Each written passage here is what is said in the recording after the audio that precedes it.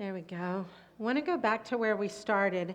And then I want to just let you know, when you come back from your break, we're going to let you tell us what you're wondering about, what you're curious about, what questions you have. And we're just going to think together about some of the specifics that are in your mind right now. So just hold on to those. Don't forget them. But let's go back to our rubber bands. Let's play with our rubber bands for a minute. It's just... So if you think that your left thumb is your current reality, and remember, you have a clear, shared, and compelling narrative of what current reality is. And then God gives a vision for the future, an emerging future. And it's a stretch. It's not right next to current reality. It's out here somewhere, right? You have a couple of temptations. One temptation is to change your sense of current reality and think you're further ahead than you really are. That's one. So we want to hold current reality steady. And the other thing is to look at God is calling us where? God wants us to do what? That's way out there. That is a lot of tension in there. What do we do to get from here to there? We have to maintain that tension. We always want to relax the tension, right? The tension goes away, we feel familiar, we feel comfortable, but we don't have energy for change. That's the key. We have to hold the tension in order to keep the energy for change alive. And that's tough. That can be really tricky.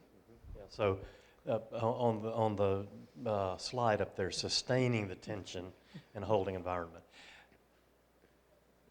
Anybody wake up this morning and say, I think I'll go generate some tension in the life of the church? Some people did. So let me ask this question. When somebody's generating tension in the life of the church, creative tension, I'm going to distinguish that later from emotional tension, but creative tension, what is your response? Is your response to try to make the tension go away in one way or the other?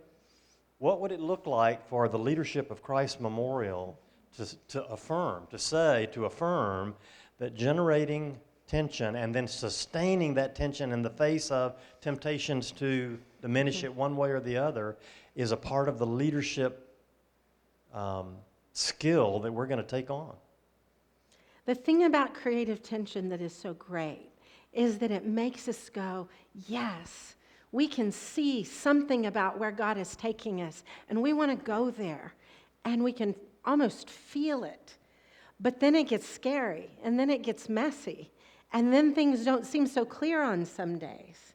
And so being able to consistently say, here is our current reality, and here is what we think God is calling us to, and here is our current reality, and here is what we think God is calling us to. That's how we sustain it. And leaders have to be able to work at sustaining it, because otherwise, what happens if we pull too far? It breaks, right? And so you've been probably in systems where that has happened, and people have gotten out too far ahead, too fast, and something broke. But this, what happens when there's not any creative tension and it's just floppy? There's no energy for change. Getting that balance right is what you as leaders at Christ Memorial need to be working on. We're going to give you a break. We're going to give you till 9:30. We'll give you another break later. So if you will just take a break from now until 9:30 and be back here ready to go at 9:30.